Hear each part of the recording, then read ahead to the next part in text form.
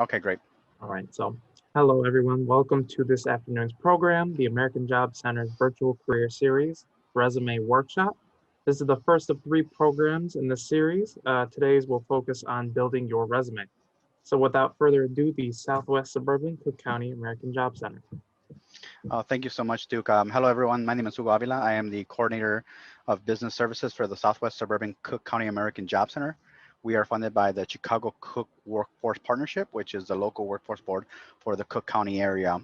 Thank you so much for joining me today for this resume boot camp. I do wish to tell you that today's presentation will be part of a recording.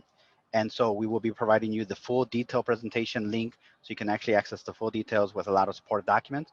In addition to that, we also have a Google Drive that we've put together for you to be able to get the most out of today's presentation, where we're going to include a lot of the resume templates, how-tos, and those kind of things to really get you the most. So let's go ahead and get started. And at the end of today's presentation, I'll go over questions or any may have that pertain to you specifically as you're looking to develop or create your resume. All right, as I mentioned, once again, I'm from the Southwest Suburban Cook County American Job Center. Our goal is to be able to assist Cook County residents with employment and employment services. If you are somebody who's currently looking for work or is looking for some more one-on-one support, feel free and give us a call. You can contact us at 708-222-3100. If you are looking for work, connecting with us via Facebook is a great resource. You want to go to facebook.com/Serco Workforce. We constantly hold a resume workshop every Monday where individuals are able to submit questions and also submit their resumes for additional review. And of course, you can always email us at frontdesk@ajc@il.sercohq.com. And as I mentioned, to get the most out of today's presentation, what you'll want to do is you'll want to make sure you go to tinyurl.com/circle docs, because we included on there a variety of different templates, different styles of resumes, which I'll go over today to allow you to get the most out of today's presentation. And you'll obviously have a recording to be able to pause, rewind, and track back to be able to assist you. So let's go ahead and get started, and let's make sure we bullseye on our next target, new employment. So today we'll be talking about resume rescue mission. So the first and most important thing when it comes to putting together a resume, or even if you have an existing resume, is gathering your information. And what I like to say is, if you think back to a point in your life where you worked on the jigsaw puzzle, you don't go into the box and pull out one piece and then pull out another piece and try to connect those two together and see if they connect. And if they don't, you put the piece back. What do you do? What's the best way to work in the jigsaw puzzle? You pour everything out on the table, you spread everything out, and you look to see what you have. And that'll be my recommendation for everybody here that's looking to put together a resume, is go ahead and start jotting down your information. And one of the documents that we provide for you is an informational gathering sheet. In order for you to really get started on your resume, you want to know where you've worked at, names of companies, addresses, the duties and responsibilities you held, of course, but you want to have other information available, such as addresses, point of contact. Do I physically have my social security card? Do I have an updated ID? Because these are all things at some point as I move forward in the hiring process that somebody's going to ask for me, and you want to make sure that you're doing all this effort up front doesn't lead to a hiccup down the road. So you want to cover your bases, and so we include for you a gathering informational sheet as part of the supportive documents. And so some of the things you want to focus on is, especially if the type of work you're looking for is very educational based, is you want to make sure you understand the process for you to obtain your transcripts or copies of diplomas. As if you're applying for a job and you're saying you have a certain degree, you want to make sure you have the backup to prove to the employer, yes, I have this, let me show it to you, because you don't want to go through a hiring process, get to the end, them offer you a job, say, great, all I need from you is a copy of your transcripts. And then turns out you have no idea how to reach out to the school. Or when you do reach out to the school, they say, we can't give you your transcripts because you still owe us tuition, and we're going to hold your transcripts until you pay us. And now you have to go back to that potential employer and say, you know what, Mr. Employer, I can't get a copy of my transcripts. And so you may have possibly jeopardized that job opportunity. Well, guess what? Right now is the time where you want to get your ducks in a row, cross your T's and dot your I's. So you want to understand, what is that process? Do I have those documents in place? Because at some point, somebody's going to ask for those things for me. Obviously, you want to, as you start applying for work, you want to have job descriptions of the type of work you're applying for. You want to make sure you're reading those job descriptions and you have a good understanding of what the requirements, duties, and responsibilities are. Because in reality, your job descriptions, that's the cheat sheet to the test of applying for work. When you have to sit down and take the test, as it were, for this job that you're applying for, the employer is giving you the cheat sheet. You're saying, this is who I'm looking to hire. If this is you, great, I want to talk to you. If this isn't you, then you want to make sure you build up your skills or at least practice enough. And then the interview workshop will go over, which will be the second segment, as Duke mentioned, from Orland Park Library, that we'll be doing and interviewing. And so you want to make sure you go into this. It'll play a big role there, but obviously it plays a big role in your resume when it comes to what's called application tracking systems. So when you take a look at the recording we're going to provide for you, we'll go into a lot more detail, such as application tracking systems and why it's so important to make sure you're using the correct keywords and buzzwords. And so pulling information and verbiage and words from the job description is so important. The other things we include for you is a skills checklist and other keywords and buzzwords you want to make sure you want to start putting into your resume. So one, gathering your own information. Two, understanding the type of work you are looking for and what the industry is requiring from you, those keywords and buzzwords. And finally, putting that together and making sure you're using action verbs in your resume that lets an employer know that you're ready to get started. Now, once you've done that, you gather information. You're great, Hugo. I got my jigsaw puzzle here. I poured out all my pieces. I'm looking at it. I can see the pictures coming together, but how do I really get started? How do I take this information and actually create that puzzle, that picture, so it looks like the picture on the box that I'm now putting these jigsaw puzzles together? Well, now that you have your information, you want to decide which style of resume is best suited for you. There are three different styles of resumes out there. There's what's called a functional style resume, chronological style resume, and combination style resume. Each style resume is best suited depending on your particular situation. The most common style resume out there is chronological, and chronological simply means an order of time. No matter what style of your resume you choose, you always go from your most recent job to your least recent job. But chronological, the focus of the resume is on what you've been doing, your duties and responsibilities, where you work at, what you've done there, where you worked at before, your duties and responsibilities you did there, so on and so forth, your education, those kind of things. Chronological resume is best suited for those individuals that have had steady work history, where I worked at and is still what I want to do, and my education matches my career path. If you take a look at the examples I'm going to provide for you through the tinyurl.com/circle docs, you see that there's an example there of a resume for Tina. And so Tina, in that example, to give you an example of a chronological resume, Tina went to school and got a certificate in finance. She then finished school, got her certificate, and started working as a bank teller at Wells Fargo. She left that job and started working as a bank teller at Bank of America. If I had to make a guess, she'll probably at some point maybe either continue in her path at Bank of America or leave that job and go to another financial institution. And so her style resume is chronological. What she went to school with matches the type of work she's been doing or she got into it, and the type of work she's done is probably what the work she want to do. Now, the problem I find for most of us is that most of us have taken jobs because we needed to take jobs because we have obligations, duties, and responsibilities that we had to meet. And so we may have had sporadic work history. We may have gaps in our employment. And so chronological, the problem with that most people face with this type of resume is that it really stands out those gaps in your employment or the sporadic work history. And so maybe what you used to do isn't necessarily what you want to do now.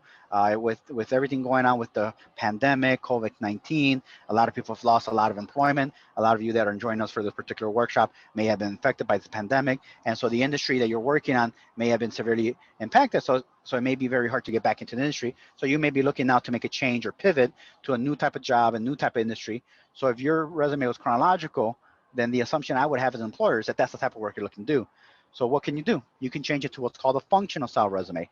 The biggest difference between a functional style resume and a chronological, which I was just mentioning, is a functional style resume. The focus isn't necessarily on where you worked at and what you've done and your duties and responsibilities at the places you've done. It's more about, Mr. Employer, let me tell you what I can do for you. And so it has what's called an inclusion of a skills section. And so that particular skills section is a place on your resume where you can just speak to those things the employer needs to know about you. And so in the resume examples that we provide through the tiny URL link that we provide for you, we have an example of Joe.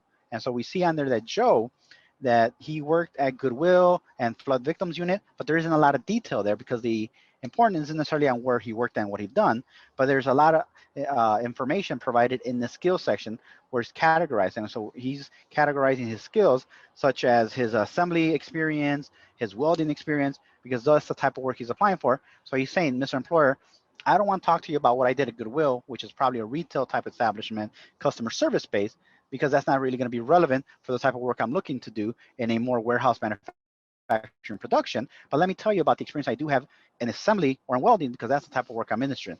And so what's really nice about that skill section is just a place on your resume where you can simply talk to that employer and say, Mr. Employer, this is what I want you to know about me. I either have this experience, I have this understanding, or I understand that this is part of the job, and so I'm able to perform these duties and responsibilities. It may require some training, but if given the opportunity, I can succeed. And so there's three phrases I want to provide for you. If this is a style resume that's for you, that which is best suited for those of us that have little work experience, no work experience, what we've done is not what we want to do, or we have lots of gaps in our employment, then the functional style resume is for you. And there's three things I recommend, three phrases that will really allow you to empower yourself and get the most out of this resume, which is I have an understanding of, I'm able to, and I can do once trained. And you want to think about when you write your verbiage, and we'll go, and as we go on through this presentation, I'll talk about ways to really come up with the right words because that can be difficult for a lot of individuals. But think about this. If I was to tell you I can utilize a buffer machine, period, your assumption is I can utilize a buffer machine. And so if I was applying for that type of work, you would give me the buffer machine and you would expect me to do the work that's expected. But if I say I can utilize a buffer machine once trained, that really changes the meaning of that phrase. And so now I'm talking about, I understand that this is a duty or responsibility of the job I'm applying for. So I'm referencing it here on my resume now, but I do want to let you know where my skill set lies in there. And the reason that's so important is when it comes to application tracking systems, which we'll talk a little bit more. So keep that in mind. And then the final style of resume out there is called combination. And it's simply called combination. It takes the best of both worlds. It takes the structure of a chronological, which has steady work history, and the type of work you want to do is the type of work you want to continue doing. And it takes the inclusion of a skill section where you can really speak to that employer and say, hey, Mr. Employer, this is what I need, what I know you need to know about me in order for me to be considered a candidate for this particular type of job. Combination style resumes are best suited for those of us that are looking for more mid to upper level positions, where if you stop and think about employment as a pyramid, the base is larger than the top. So the higher you go up, the less opportunities are, or the more competitive it is. So if you stop and think about a retail like a Target, if I go into Target, there's maybe 10 cashiers. Well, guess what? There's only one manager for those 10 cashiers, and there's only one store manager for those different departments, and there's only one regional manager for maybe 20 stores. So the higher you go up, the less opportunity there is. You may have heard a statement in the past where people are saying, oh, education is not important. Employers aren't really looking if you have a bachelor's degree or not. That's not necessarily true. There are jobs out there that do require a certain level of education and a certain level of experience. But what that statement refers to is if that's the type of work you're looking for. If I'm looking to apply for a human resources position, which the average human resources person has a 4-year bachelor's degree in either business management or human resource relations, and they tend to have maybe 3 or 4 years of experience, that means that when I'm applying for this type of work, all the other human resources people that are also unemployed are applying for the same type of job. That's my competition. And guess what? They're probably going to have the same level of education and same level of experience. So me having a standard chronological resume, which shows I went to school and I've been working in this particular industry, and this is the experience I've gained, may not be what sets me apart. So including that skills section, which now converts my resume to a combination style resume, where I can simply say, you know what, I want to talk to this particular role because I read the job description. And one of the things that you mentioned in the job description is how part of this job of human resources is going to also be doing community outreach. And so I want to reference some of the experience I have in doing community outreach because now I'm speaking to you, Mr. Employer. Because you may have heard in the past that you should update and change your resume per every job you apply for. Now, I'm going to be very honest with you. I don't know too many people that actually do that because that's a lot of work. This can be a great way to do something very similar where you are speaking to what the employer needs to do, but you're not necessarily reconstructing your resume every single time you do it. So as I mentioned, combination style resume is best suited for those of you that are looking for mid to upper level positions and need to stand out in your employment because the higher you go up, the more competitive it is. This is also a great style resume for those of you that are looking to make a career change, but you're not looking to start entry level, where a functional would be more entry level. You're looking to make more of a lateral move. I used to be a manager at a call center for a bank. Now I want to be a manager for a call center in a hospital. Very similar skill sets. I have a lot of transferable skills, but you need to spell it out for the employer and say why they should consider you over someone who's already in the industry. Yes, I have the experience. Yes, I have the education you're looking for. I may not have done it in healthcare, but I did it in finance. And so but here, let me tell you why you need to specifically consider me. These are the reasons why. And so a combination can be a great resource to do that. And when it comes to application tracking systems, it's a great way to beef up your resume with more keywords and buzzwords. Now, in regards to beefing up your resume, you want to make sure, and I mentioned this just a second ago, is you want to make sure you include action verbs. So we do provide you a action verbs list. So if you take a look at the supportive documents that we provide for you, we actually have a variety of different how-tos and keywords and buzzwords, whether that's to your industry or the type of work your industry is in. And so we provide you a nice list of different words that you should use. Now, my recommendation for you is to simply, if you don't find some words that relate to your particular industry, Google it. You can go to Google and you can simply type in action verbs for accounting, keywords for nursing, um, buzzwords for truck drivers. And guess what? Your search results will provide you that list. You may have to do a little legwork on your end, but this is part, looking for a job is a job in itself. And I'm sure you heard that before. But we do provide you some supported documents, at least get you going in kind of creating that resume or beefing up the particular resume. And I just mentioned going to Google, doing a quick keyword search or for buzzwords or keywords. But there's one website I definitely want to talk to specifically, which is called ownnetonline.org. So if you go to ownnetonline.org, it's a website that was created by the Department of Labor, and it provides you a lot of great labor market information.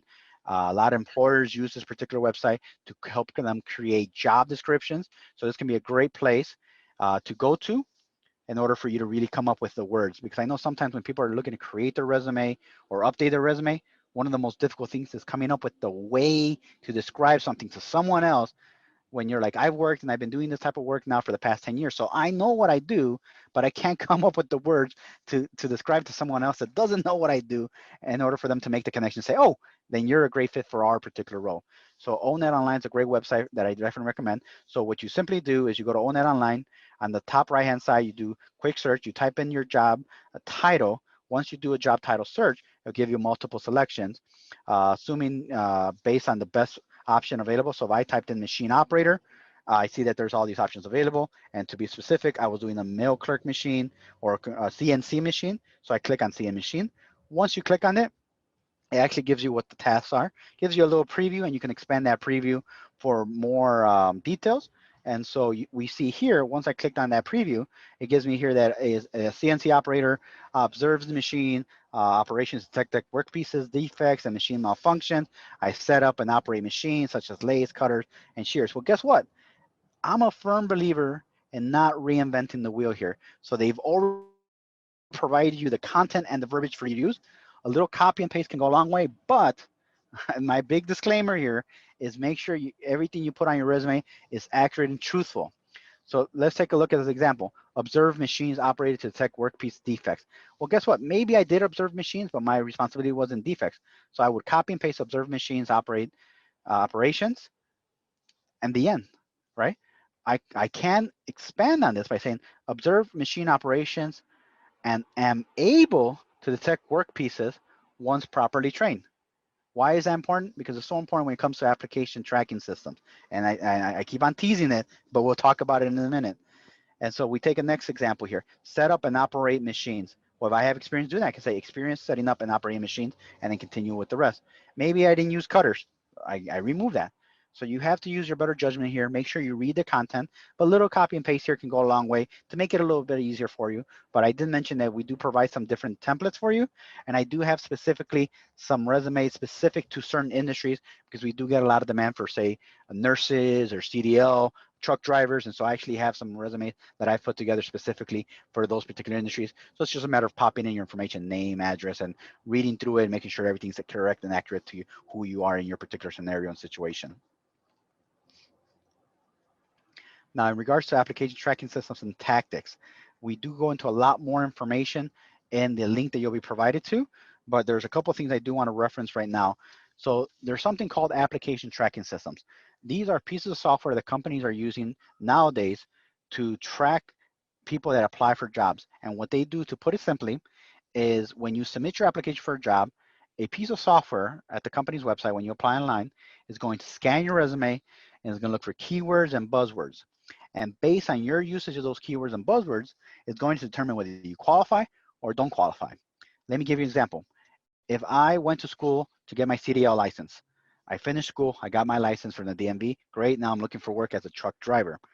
Well, it makes sense. In order for me to drive those 18-wheelers, those big old trucks that go down the expressways, I need to prove to the Secretary of State that I have the ability to do that. If not, I'm going to put a bunch of people's lives in danger. And so I got my license. I got proof I can do this. And just like driving a car, there's insurance and all those kind of things. So if I'm applying for a job, no one's going to give me a job unless I can prove, yes, I got the license. I am authorized to drive these trucks in a safe manner, and I proved this to the Secretary of State. So one of the biggest things that I'm going to need to make sure I have on my resume says I have a CDL. And so when I apply for these CDL jobs, they see, oh, I do see that Hugo here has a CDL, and so therefore he qualifies, and I should consider him as a candidate for this particular type of job, right? Well, guess what? When I went to school and I got my CDL license, there was 30 other participants that went to school with me, and that's one school out of all the hundreds of CDL schools out there. So me saying I have a CDL license, that's great, but so is everybody else. How am I going to stand out? I need to not only use the right keywords or buzzwords, and in this example, making sure that I have my resume says CDL is the right keyword and buzzword, but repetition is so important. Think about it like this. I'm sure at some point in your lives, everybody here that's participating in today's workshop has been to a carnival, a fair of some sort, and or Chuck E. Cheese, right? You've been to some amusement park of some sort, and I'm sure you've seen that whack-a-mole game. So you know what I'm talking about, where you whack the mole pops up of the little table, and you have to hit it with a mallet, and then more mole pop up, and you hit it with the mallet. Well, if you think about that game, you can hit the mole once, but does that mean you won the game? No, right? You have to hit the mole as many times as possible. Well, guess what? When you're applying for a job, it's like a whack-a-mole game. You don't want to make sure you just use the keyword once. You want to make sure you're using it repetitive, because the more times, the more repetition that you use those keywords and buzzwords, the higher up you're going to rank. And you want to think about ranking no more different than when you go on Google and you do a Google search for the pizzerias around your neighborhood, and it gives you the search results. That, let's be honest, you're not looking through page 5 of results to find a place called Irene's Pizza. What are you looking at? You're looking at the first top 10 results from your Google search, and you say, okay, this is where I'm going to call to get my pizza for today, right? This is where I'm going to place my order. This is the place I'm going to grab the information. This is my Google search result, right? You're not looking through 5 pages of Google search results. Employers not looking through 5 pages of applicants to find your application. So you want to make sure you're using enough keywords and buzzwords to rank higher, to speak to the resume. So once again, using a website like ONET Online is really going to help you beef up your resume and make sure you're using like keywords and buzzwords. Reading the job description and make sure you're pulling from the job description is going to give you another way. But as I mentioned, definitely take a look at the included link, which is the full presentation, which will go into a lot more detail about application tracking systems and cover letters for you to talk to. So once again, my name is Hugo. I'm from the Southwest Suburban Cook County American Job Center. You can contact us 708-222-3100. If you are somebody who's currently looking for work or know somebody who's needs some assistance, send them our way. Or we do leverage grants, and we do help people go back to school to pay, and we pay for people to obtain license certifications, such as I mentioned, CDL truck driving, something that we do pay for people to go back to school for. So I'll open up the floor for any questions that we might have right now in regards to the current presentation. But as I mentioned, definitely take a look at the supportive documents. Yes, I will put the links in the chat. So they will be located in the chat. And tell me if I'm missing one, Hugo. Let's see here. So this is the first one.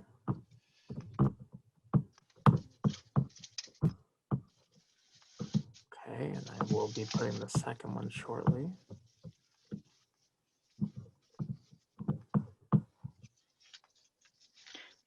Yeah, that should be the recording, if I'm not mistaken. And then I'll just confirm right now.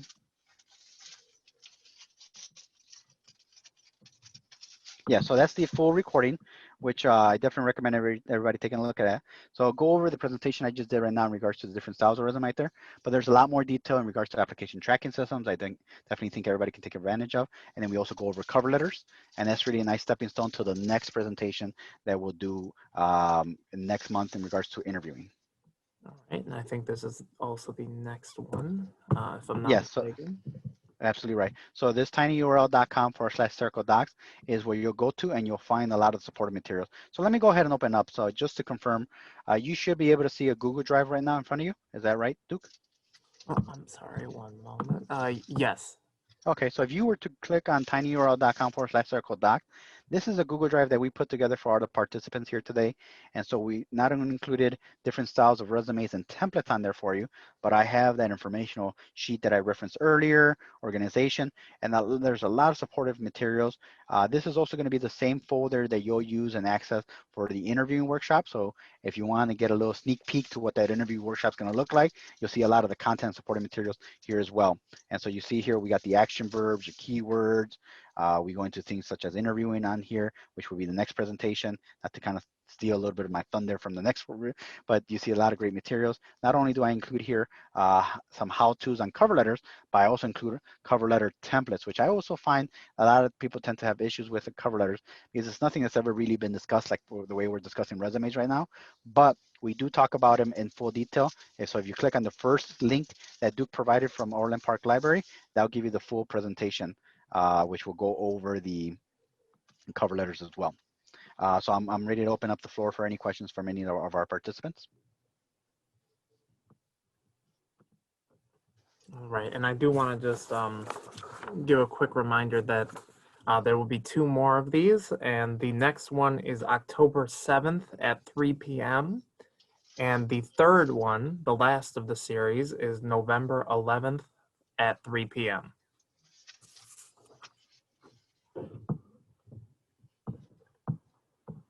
And if we don't have any questions, which, by the way, you can put in the chat, which should be at the bottom of your screen, or the Q&A, whichever. We'll give a couple minutes, but if there are no questions, I want to thank everyone for participating and, showing up for this presentation. And I do want to remind everybody, we do host a resume workshop every Monday on our Facebook page. So if you want to be able to just kind of engage with us, we do a Facebook Live. So we do make ourselves available to interact with you in live basis because it's always good to be able to interact with somebody in person instead of kind of the email kind of scenario, and I get that. So you can feel free to do that, or you can always feel free and give us a call. We are in the office and we are seeing individuals by appointment. So if you're somebody who already has a resume, you're like, hey, can I just go ahead and send you this resume for you to take a look at and see if there's any suggestions you want to provide for me? Please do so by sending that over to the front desk ajc@il.circo email, and I'll include that in the chat as well. Okay, so we do have a question. Can you provide the link to the supporting please, could you provide the link to the supporting materials? Is the link above shown in the chat? So yes, that is the chat, yes. That is the links that, right, Hugo? Those Yes. are the links?